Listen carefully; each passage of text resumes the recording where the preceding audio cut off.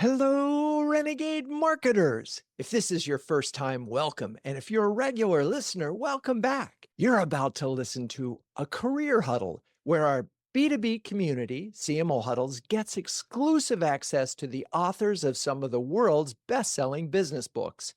The author at this particular huddle was Alex M.H. Smith, the author behind No Bullshit Strategy. Alex shares his definition of strategy, and we dive into why only is better than best, what that means in the B2B world, and how to craft a strategy that really moves the needle. If you like what you hear, please subscribe to the podcast and leave a review. You'll be supporting our quest to be the #1 B2B marketing podcast. All right, let's dive in. Hello, huddlers. Joining us today is Alex Smith, the author of the best-selling book, No Bullshit Strategy. Of course, the I has a little asterisk on it. So is there a way to say that, Alex, without saying bullshit? I don't think so. And unfortunately, on some search engines, it only comes up with you put the asterisks in, which is not something I thought about. So Oh, that's interesting. We'll get to that. So anyway, Alex has made a name for himself as a straight-talking strategist who cuts through the noise and delivers clear, actionable insights that drive real results. I have to say, I've been thinking about brand strategy, business strategy for a long time in my career, and this really made me think about certain things just a little bit differently. So I'd love that. I think it's a must read for anyone looking to navigate the complexities of modern business with clarity and conviction, but also think we talk a lot in CMO huddles about this concept of CMO plus. We talk about the luckiest CMO list and how CMOs who drive strategy for their CEOs get a seat at the table. So that's the plus. If I could choose one for every CMO in our community, it would be that you understand strategy and you can drive strategy and your CEO looks to you for strategy. But, what the hell is strategy? And we'll, there's so many words flying around. Fortunately, we've got Alex Smith to help us get through this. So Alex, welcome. How are you and where are you this fine day? I'm very well. I'm in my house in the countryside in Suffolk, and all the babies and the dogs and everything are swarming around. So apologies in advance for the inevitable interruption we're about to experience. Yes, well, I did notice on your LinkedIn profile that there was a new baby in the household and that you had done some kind of chart. I honestly didn't see what that chart, but was that a chart about the amount of sleep that you're getting?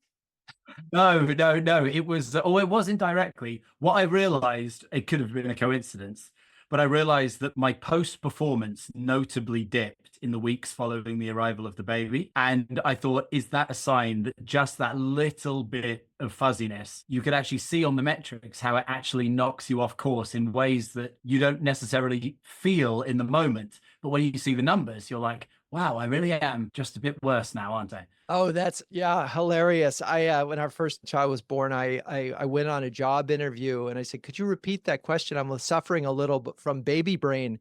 And this young lady looked at me cross-eyed, and that was pretty much the end of the interview. I did not get the job. It's a thing. There is no doubt. It's a thing. All right. But that's not what we're going to talk about. We're going to both get out of our baby brains, bring some brilliant strategic insights for our audience. So one of the things we like to do on this show and in these conversations is to give folks a reason to stick around. And so right away, give some value. So let's talk about 3 things marketers typically get wrong with strategy development.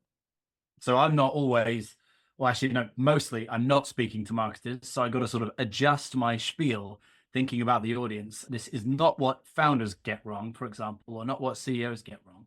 Okay. What marketers get wrong, though, I would say, and some of these are very much not their fault, and some of them are their fault, so to speak. I think the 3 things are, number one, clearly this one mostly isn't their fault, was an over focus on comms and ignoring the fact that, strategy is about pulling all of the levers of the business. I think that on paper, 99% of marketers will agree with that statement, and they'll say, well, of course, but real marketing is about the 4 Ps, product and place and all the rest of it. But we all know, I guess, from experience that most of the time marketers are not given that remit. So that's one that is, for the most part, I think, not a circumstantial issue and not so much their fault, but you can get around it in some ways, I think. The second thing is complexity, which is a general issue with strategy, people make it out to be this more sophisticated thing than it really is. And marketers are worse for that than actually other people who deal with strategy. I think your average kind of entrepreneurial CEO doesn't fall into that trap so much, partially, I suppose, because in a sense, they are often less educated on the topic. And it's one of those topics where, in some senses, the more uneducated you are, the better you are at it. Not always, but sometimes. So too much education could be an issue for marketers, I think. And then the final one, hang on, I wrote it down. The use of jargon, and which again, I think is a particular marketer disease, which is connected to that issue of, in some senses, being overeducated. There's a whole lexicon of terms which are sort of strategy adjacent in the world of marketing, like positioning, vision, mission, purpose, proposition, etc., all of this stuff. I suppose in principle, if you understood them with razor clarity, they could be very helpful. But for the most part, they actually contribute to making a pretty simple job a much more complicated job. And we can talk about why that is. But this is sort of like my perception from the outside anyway, never having been a CMO myself, but obviously having worked with many companies. Right. Well, and I think we probably could tie all of those to either a lack of an effective strategy or a lack of chance of influencing the strategy. But let's go through them one by one. I just want to make sure that I'm clear. So on a comm standpoint, when they're not thinking about the whole business, what you're saying is there's sort of, because I know you have this hierarchy of strategy, brand, product, operations, and marketing. And in your book, you talk about that. And marketing would be the fifth on that hierarchy. So no, I think that's a bit different, that particular chart you're referencing. I think the more simple and direct one to think about, which is somewhere else in the book, is to think about a sort of like a kind of a three-pronged thing where like strategy at the top is basically defining what the business actually does, but doing it in a way which obviously is going to be very high leverage in the market, which we can talk about the ingredients for that. But, strategy is essentially what the business does. And then below that, you have how is that thing delivered by essentially the operations of the business, the product, the channels, all of the moving parts, the sort of physical stuff of the business. And then the other thing that comes out of that is how is that communicated? So all sort of like sales scripts, messaging, branding, whatever, that's there. You got strategy, you got how it's delivered, how it's communicated. You add those three things together, that is like an entire business, the way that I look at it. And so obviously marketers are generally only given true control over the question of how are we communicating this thing. But the problem that they obviously often have is that maybe the thing that they've been asked to communicate is not very good in the first place. Right. So you can affect you can, through pure communication genius, you can turn a 4 out of 10 thing into a 6 out of 10, or maybe even a 7 out of 10. You can't turn it into a 10 out of 10 because like you actually have to go back to the source and say, guys, maybe what this business is actually doing from root is not particularly effective. And by the same token, we all know that there are businesses out there where the core strategic offer of the business is so incredible that marketing, what the colloquial use of the term marketing, the comm side of marketing, it can actually be done badly or take a back seat because the rest of the business is like carrying it so much. I mean, it's not a good example. It's just the one that springs to mind. Like Google back in the day, they didn't become the world's leading search engine necessarily because they did fabulous, comms marketing. Right. There's a whole bunch of others going into it. So that's the situation. So obviously, if the ambition, I'm sure, for anyone in marketing is to, as far as it is possible, control the whole of that pie and not be shoved down into just the comms part of it. And I think this is a really important point, and I want to just so understanding the difference between business strategy, which you define, and because one is business strategy, but often marketers talk about strategy as marketing strategy. And suddenly we're now talking about target and go to market. And you have a very simple definition for strategy. And I'd love for you to just share that. And I'll read it here. The unique value the business brings to the market. Right? That's basically it. And let me just unpack that a bit, because something about this also is a way of, we can also address the kind of the jargon point here as well, because the approach that I take to all of this is a first principles approach. I am a horribly uneducated person in the world of business. You know, I haven't done an MBA or like any sort of qualifications at all, and I'm quite murky on a lot of the kind of classical textbook stuff that people will be taught. Now, I think all of that stuff is right, but like I said before, it starts to all get a little bit sort of incestuous and sort of self-referring. They're all wrapped up in itself, and it starts to actually undermine its own usefulness. So my approach has always been a kind of like first principles basis. And the first principle thing that we have to ask if we're going to develop a strategy for a business is, okay, what is a business? Like, what actually is the definition of a business? A definition which could apply to everything from like selling friendship bracelets out of your bedroom to Halliburton, right? They all have something in common. But what is it? And the answer to that is that all a business is it's a system that people create, which is designed to deliver value out into the world and to receive value back in exchange. So obviously in the form of money. That's true of every business. That is just what a business is. If the thing that you're doing isn't that, then it's not a business, it's something else. So when we understand that, we can then say to ourselves, all right, well, how then would a business based on that definition grow and succeed? Well, you want to increase the amount of value you're bringing in. So there's only one way you can do that, really. You increase the amount of value you're putting out. The more value you put out into the world, the more value you're going to bring in, and you're going to grow. So a strategy then, which needs to be completely focused on the creation of value, on the way that business creates value. That is why my definition of strategy is essentially like defining the value that the business creates. But it's not enough for it to just create value, because there's that word unique in there as well. And this is the kind of like, this is the rub, really. Like, to put a form of value out there that people want, to do something that people need or want to buy, to solve a customer problem, that's very, very easy, right? But that's not enough. Almost every single business manages to tick that box. The issue that most businesses have is that whatever the value they're putting out there is, it's something that people can get from loads of other sources. And this is obviously what creates the conditions of competition. The strategic challenge is, can you create, number one, people want, but number two, they can't get anywhere else. That is the trick. Vanishingly few businesses manage to take both of those boxes. What was the first box? It's just give people something that they want, need, you know, you're solving a problem. Right. But two, that they can't get anywhere else.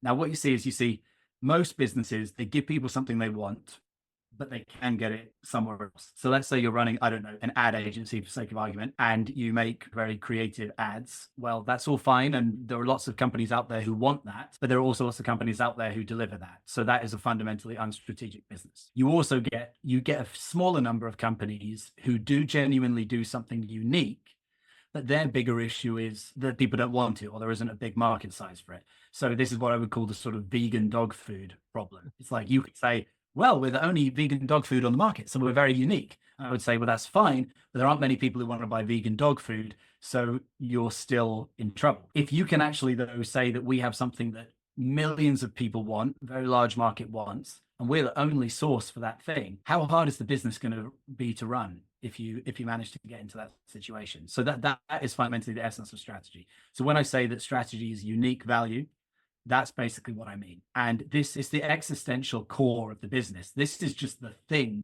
that the business has been built to do. There is nothing worth saying about a business other than what is the thing that this business has been built to do. It's such an incredibly obvious and basic point that people actually don't often ask it. They don't often actually stop and ask, you know, well, what does this business actually do? And is that thing something which is actually worth being done? But when you actually do address the really simple problems like that, you start to see, oh, all of these reams and reams of kind of like positioning statements and brand data and stuff like that. Have we actually answered this question? And sometimes you have, but a lot of the time you haven't. So there's several thoughts going through my mind, and one of the things that when folks create a strategy, they'll often, and they're striving for unique, say, we're the only business that does this. I see the head nod. They're also the ones that'll say, we're the best at doing this. And Yeah. right? We're the best at this. I mean, there are a lot of people out there, but we're the best. Talk a little bit, because I know you reference that in the book, the difference between only and best. Really, really fundamental point. So the first place that people fall down. So I explain all that stuff, let's say that I've explained there, and then I think, all right, well, I get that, if I can give people something good and I'm the only one doing it, then my business is going to be in a good position. The first thing that they then do is that they retreat to this idea of being better.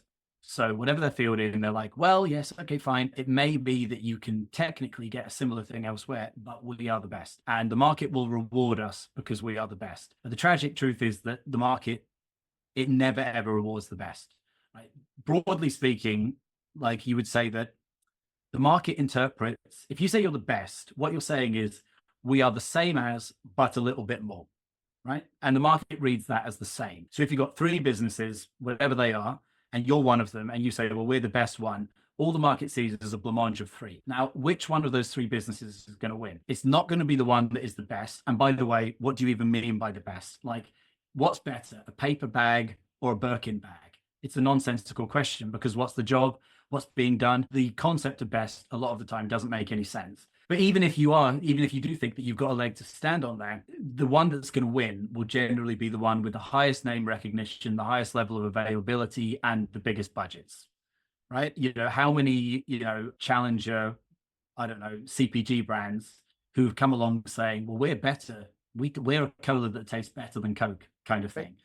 Come along, and they go nowhere because they don't realize that, like, you can never beat Coke with a cola that tastes better than them, because no matter how much better you taste, their scale and all the rest of it is going to wipe you out.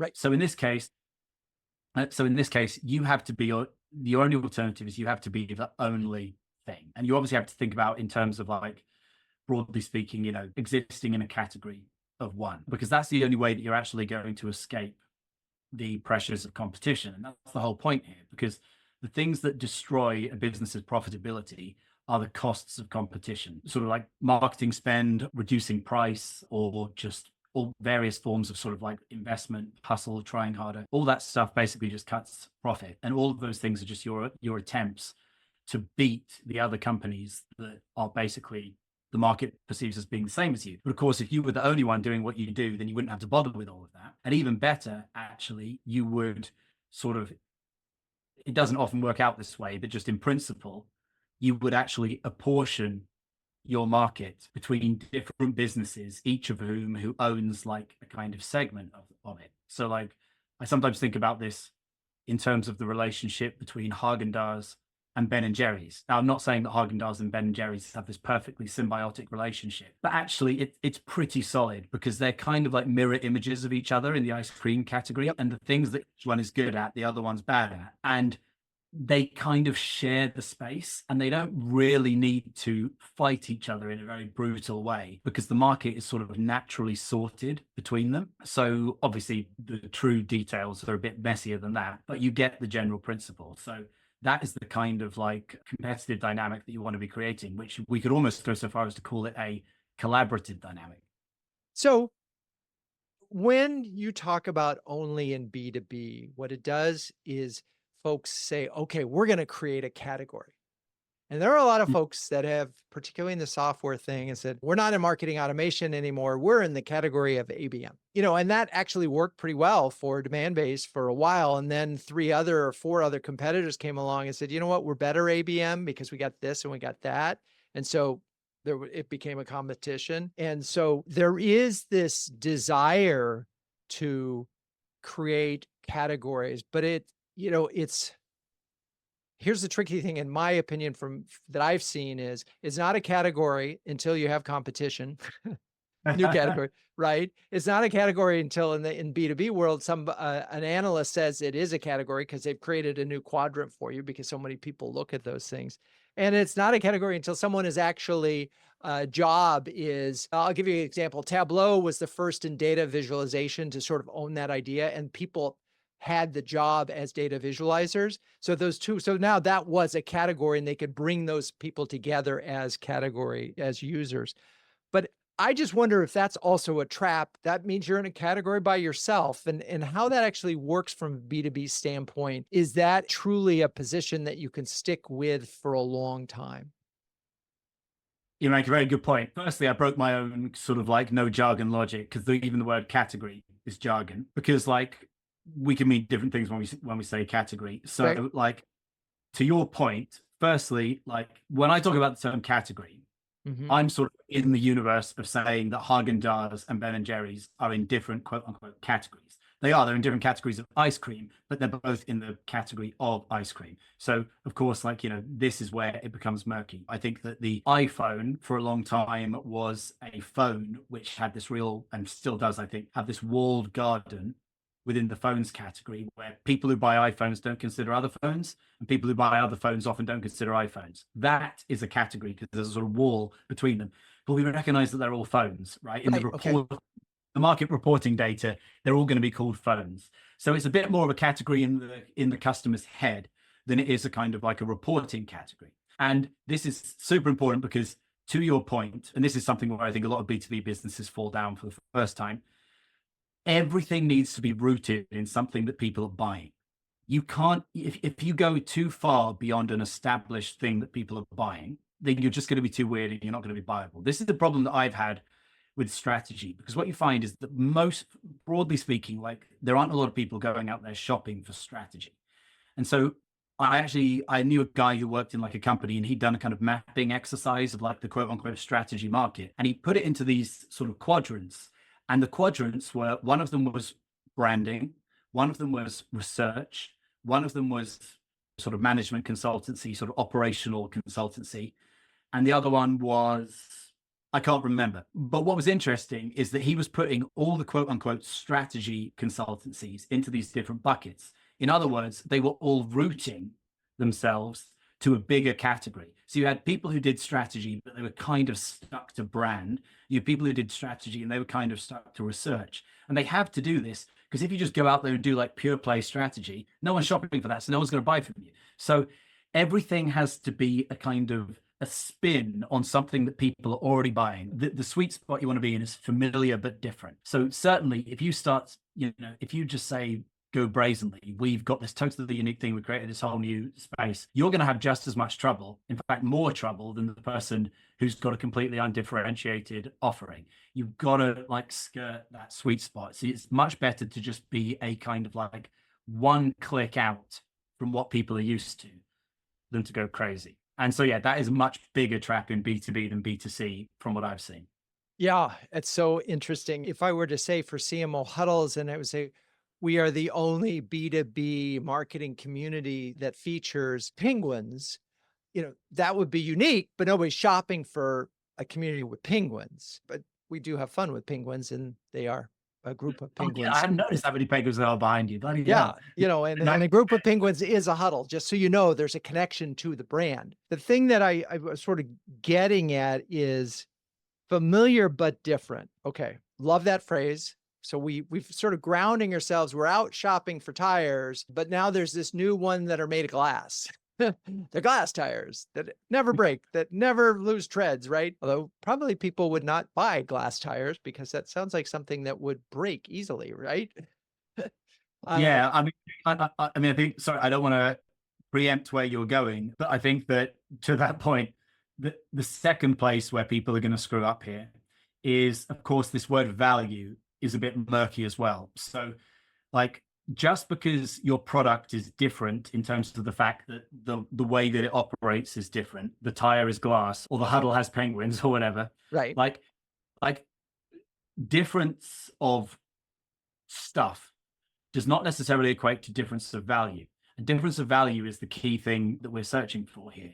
And I think this is something where marketers probably are in quite a big advantage to sort of other people, because they've got a bit of a better understanding of how kind of like your product and the value your product delivers are not the same thing.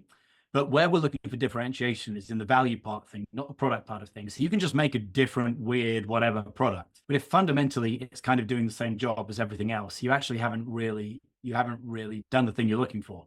And actually, by the same token, you could have zero differentiation of product, but maybe through some sort of like marketing move, you could massively differentiate the value that's being put out on the other side. Maybe it's not the best example, but the thing that springs to mind is like liquid death on a product level has got no difference than any other water, or certainly any other canned water. But, you know, the way that people experience and interpret it, because of essentially the branding and all of that, is wildly different. So they have opened up a very, very, very different value space within the world of water that simply didn't exist before. So like, again, like terms like differentiation, USP, these kind of things, they lull you into the sense of security where you feel like you've cracked it because you're like, oh, well, our USP is such and such, or like, oh, we're differentiated because of this and that and the other. But these are kind of just, you're sort of in a features world there. You're not in the world of actually the macro strategy that is defining what this business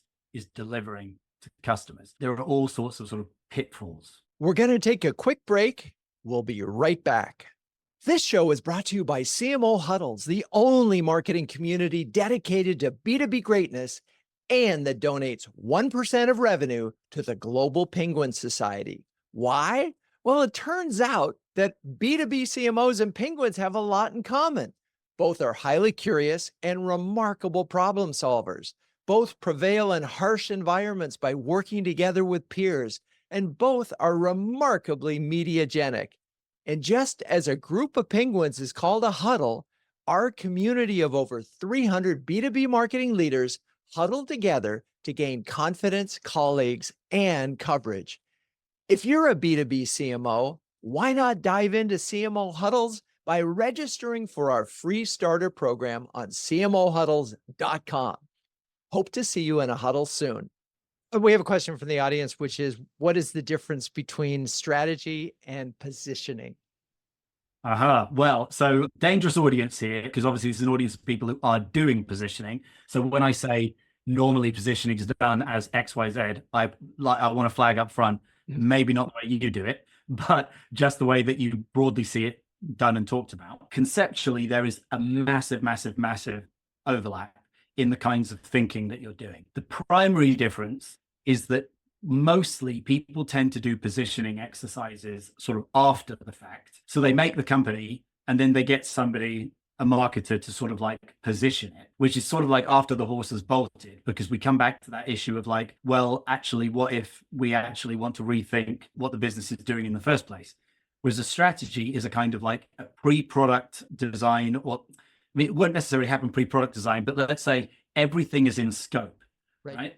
So we can tear down the whole thing, or we could say, for sake of argument, we might say we're going to completely move geographies for this product. Most positioning exercises that companies do, they don't open up the scope for somebody to say that, if that was the right thing to do. So the thinking is super similar, but the remit of the job and when it tends to happen in the kind of life cycle of the business, that tends to be quite different. But certainly, you know, if you were a CMO in a business and you were thinking about positioning, and you then, through the thinking that you're doing in that work, had the ability to say to the company, hey, I think these are the sort of changes we should make, and they happen, well, then you've got, you're doing a brilliant job and you're in a company that's incredibly enlightened. But I don't think that's very usual. So let me just frame it. To me, a positioning exercise, as you said, is taking what you're given. I got my little penguin stress ball and saying, for B2B marketers who are under a lot of stress, this is the stress ball that will get you through the day. Okay, I'm just going with that. I'm not going to change and realize, wait, maybe penguin's the wrong form factor. Maybe stress ball is the wrong form factor. And to me, the difference is, the subtle difference or important difference is, it's not a strategy if product doesn't change, if it doesn't impact product, if it doesn't impact service. That's where we get into this world of positioning and branding, where we've changed colors, we've changed things. Instead, we have a purple suit instead of white suit, but we haven't fundamentally changed the product. And so what you're saying is, positioning is, here's what you got, go figure out who it's for and what you're going to say about it. Strategy is saying, here's what we could be, or here's what, right? Here's what we could be, here's what we should be, and here's how that the product today or tomorrow needs to change in order so that we can be unique in the market, that we would be the only one. Is that a fair way of looking at the two? Yes, I like that. And another interesting way of putting it is that, like, strategy is an organizing principle for the whole business. So when you write a strategy, it needs to kind of have something to say about all the parts of the business.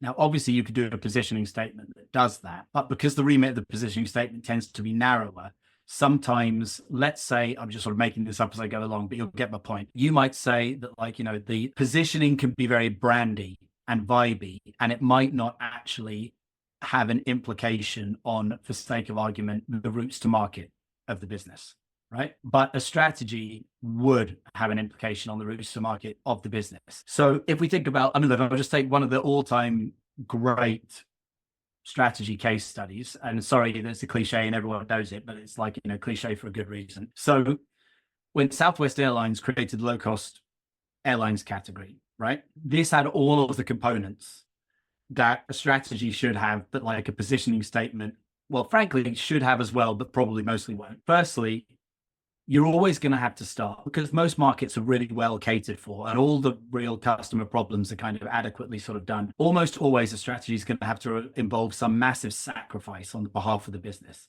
They don't often get free lunch. So you're probably going to have to like choose to suck at something which your competitors do well at, so that you can open up leverage to offer something new. So Southwest, basically, they were the first airline to say, you know what, business travelers, we are not going to serve them. We're no more business class lounges. We're going to fly on super inconvenient routes, no more business class seats. The whole thing is just going to be like a business traveler's nightmare. Other airlines wouldn't do that because they are the most lucrative segment, but Southwest Airlines decided to kill it. So firstly, you're going to have a huge thing to kill. Then I just listed a whole bunch of very significant operational changes that Southwest made because of that. So much was changing in that business. Literally, they flew from different airports because they were like, well, we don't actually need to fly from convenient brackets expensive airports anymore. We can fly from crappy airports because people aren't in such a rush. So this is the level of sort of thing that is going into scope. And then obviously this then pulled through to the sort of the customer offer of the low cost airlines, which now we're very, very familiar with. So that is just absolute quintessential textbook, flawless piece of strategy. And I could build on that, by the way. There's a lot of operational things. They changed the side on which to put the gas because it would save them 2 or 3 minutes on the airplane. They actually did that. So because the whole deal is the more hours the planes are in the air, the more money they make, the less hours they are. So they started with they had the same plane in every one. They were the first to do the cruise where the crews would do the cleanup because that was one of the things that slowed it down, right? So the faster you can turn a plane and get it back up, and they figured out, whoa, that's on the wrong side of the gas tank. I love this notion. That's a Peter Drucker thing. It's not a strategy until you say no to something. But I think that's so important to really remind ourselves is that, and this is such a great example because we're going to leave the business class folks behind. We're just going to ignore that market. And it's funny because JetBlue comes along and says, we're going to do what they do, but we're going to have a better, more comfortable planes and a better experience. And so that happened. And now freaking Southwest has so lost their way. I mean, everything that they started at, that they built on, they're now adding, they're not saying no, they, assign seats, they're starting to add business class, and they've lost their mojo, that strategy, but it lasted. And for years and years and years, they were, regardless of everybody else, they were the only profitable airline for 10 years running.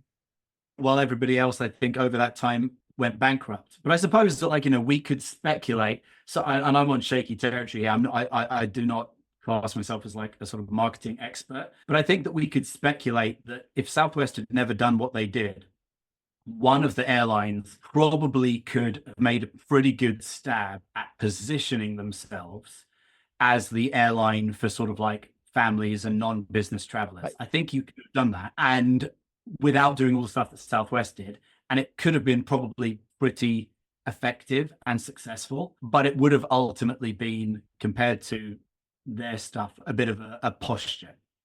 I'm so glad that you asked the question about positioning versus strategy, because I think a lot of the time is spent on positioning, where you're given something and you're saying, okay, this is the best we can do. We can sell this to this group of people at this cost instead of this product because of this reason. And that sort of becomes the positioning statement. What is not happening at that point is you are not influencing the direction of the business in the sense that you go, you know what? if we tweaked our proposition, we moved the gas tank from the left side to the right side. If we did this and we were going to decide to really commit to small business, for example, we would do a bunch of things different. Like we would make it a lot easier to buy with one click instead of 10. We would make customer service would make it easier to cancel. You do all of these things because when you reposition the product, you forced a change of the product. And this is the seat that, I think the CMOs would love to have. And when I hear CEOs talking great about CMOs, are saying, yeah, they're my strategy person. It's funny. And actually, it's a benefit that I think you do have with B2B, broadly speaking, is that I do think it's much easier for a CMO to do this in B2B, because B2B businesses, they tend to be more changeable than B2C businesses, largely because they don't have a very coherent or long-standing brand. So you can kind of turn on a dime and sort of no one cares if you're a B2B business a lot of the time. So like you can just randomly add a new thing over here and take away something over there and chop and change things.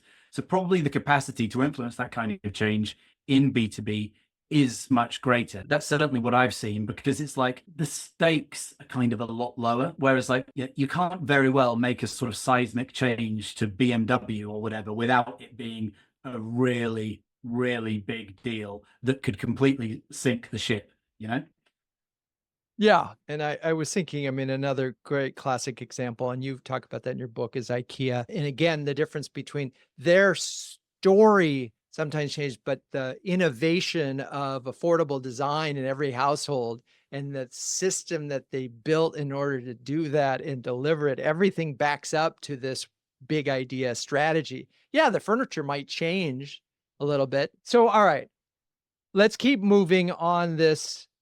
When a strategy is right, we've made a tweak, what are you seeing? What happens to the organization, and how does this sort of filter down? So we've got the strategy, we're unique and clear where our value proposition exists, who we're talking to, what we deliver. We got that down.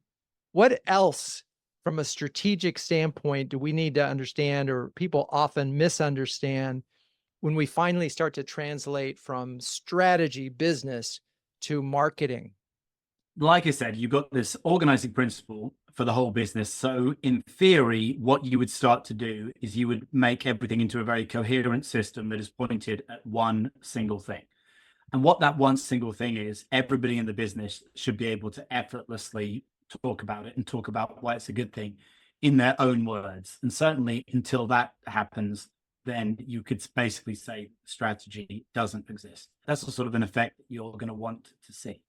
What I really like about B2B businesses is that they often tend to be pitching businesses. And what that means is that it's very easy for them to test different offers, different angles, and sort of different strategies. So when I work with B2B clients, what quite often we would do is we would sort of, because like I say, no one's really paying attention to a B2B company, so they can just sort of say whatever they want and just figure it out later. You can actually, like, first things first, right? Well, we've got 3 pitches next week. We're just going to rewrite our pitch deck, and we're just going to go in and we're going to present as this business. And obviously bearing in mind that, all of this stuff is laddering back to customer value. So what you say in the pitch is going to be a very direct reflection of what's going to be the kind of the driving force of your strategy. And then you can just go and see, like, you should be expecting instant, clear, positive feedback. You should be coming out of those meetings and instantly saying, this is better than the meetings that we did last week. So I think it's very fair in B2B to expect that, because you do have the ability to do that sort of experimentation. So marketing and latterly comms is such a huge part of this. It is the biggest part, because if we are defining strategy as the unique value that the business puts out there in the world, marketing is going to have to go out there and quite literally say that to customers. And obviously you're going to find a way of saying it that's more powerful than what you had written internally on your strategy piece of paper, whatever. But that is a direct translation job that you're doing from kind of internal language to external language. And yeah, you should expect to see immediate positive feedback. And if you don't, then I think you can back up and you can say, well, hang on a second, what are we getting wrong here? Is this right to go forward with?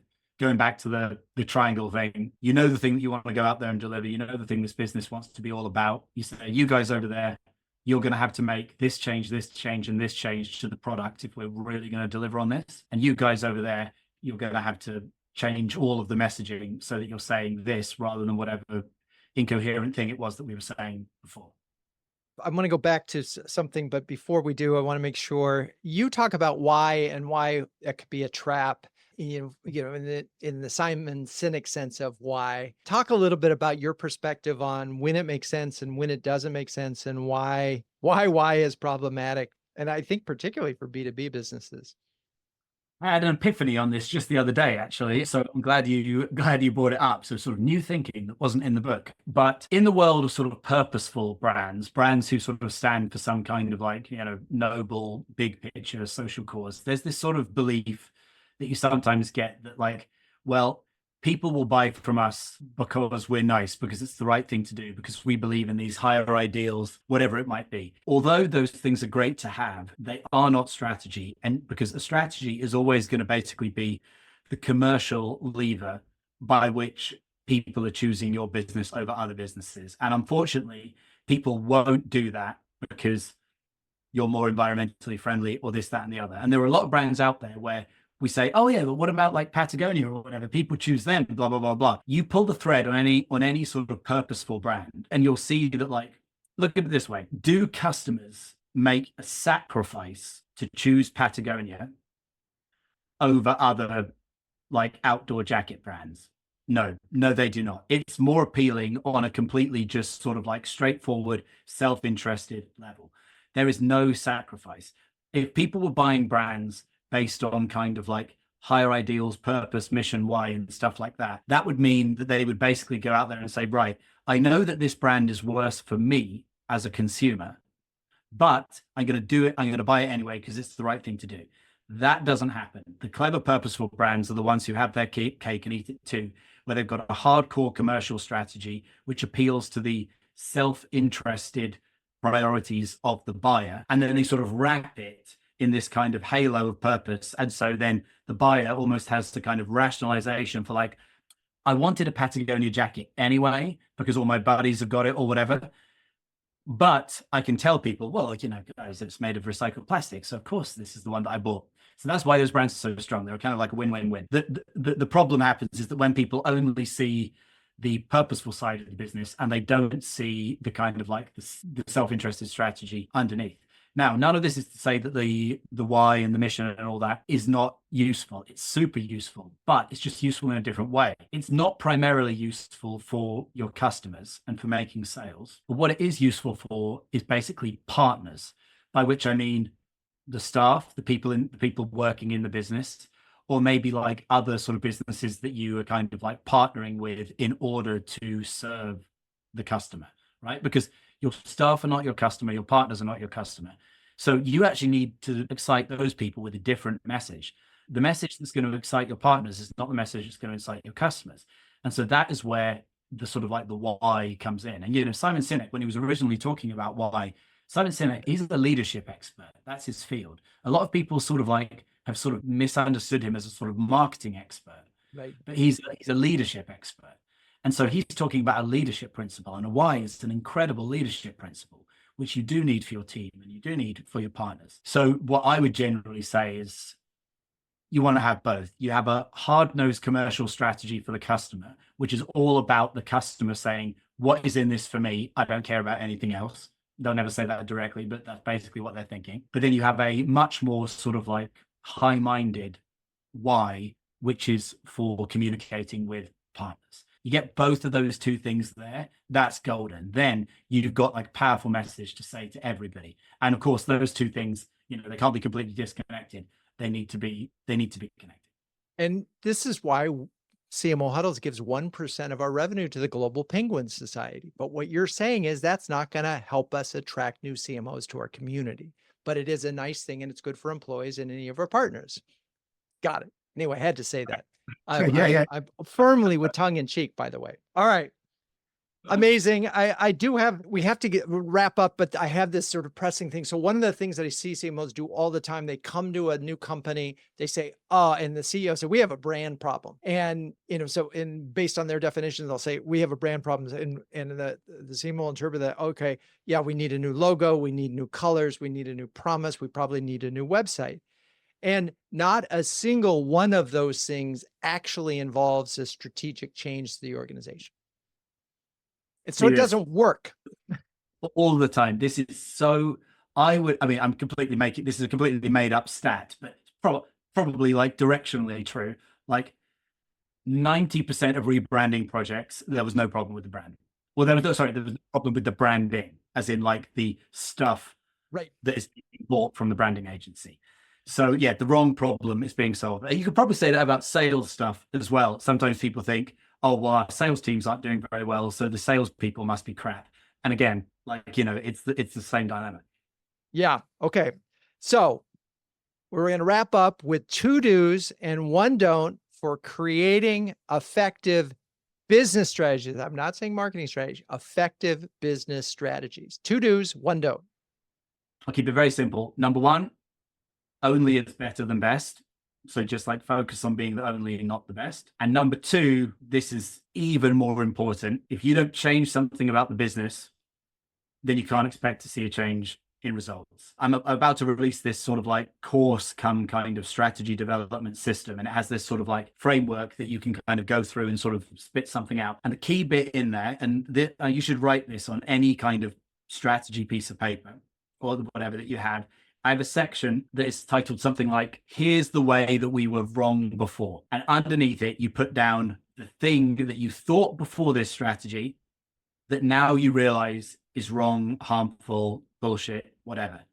If you can't actually humiliate your former self with this strategy, then chances are there's absolutely no content there. You're just kind of doing the classic sort of hot air sort of work that most strategy stuff is. But if you've managed to find that thing that you were like, crap, we had to just like stop doing that. Well, it may not be a good strategy, but it is at least a strategy. So that's something. I love it. I worked with a Southern creative director, Shia Day, who had this expression, well, that just seems like we're polishing the turd. And you can buff up that sucker, but it's still not going to be great. Anyway, speaking of great, Alex, thank you so much. I have so many more questions, but we can't possibly get to them. So how do people find you? So my main sort of channel is LinkedIn. So if you search Alex M.H. Smith, obviously Alex Smith is not a very searchable name. You'll find me there, and I'm putting out stuff every single day. And then if you go to my website, basicarts.org, I've got a newsletter putting out a new sort of like strategy framework every single week on Wednesday. That's all free, so you can sign up to that as well. And I also encourage you to follow Alex on LinkedIn, except for the last month when his brain was obviously a little less functional than before, as his chart showed. But seriously, always great stuff. I love it. It inspires me. And so I appreciate all the work that you're doing, and look forward to seeing you in London. Thank you, Alex. Absolutely. Cheers. If you're a B2B CMO and you want to hear more conversations like this one, find out if you qualify to join our community of sharing, caring, and daring CMOs at cmohuddles.com. Renegade Marketers Unite is written and directed by Drew Neisser. Hey, that's me. This show is produced by Melissa Caffrey, Laura Parkin, and Ishar Cuevas. The music is by the amazing Burns Twins, and the intro voiceover is Linda Cornelius. To find the transcripts of all episodes, suggest future guests, and learn more about CMO Huddles or my CMO coaching service, please visit renegademarketing.com. I'm your host, Drew Neisser. Until next time, keep those Renegade marketing caps on and strong.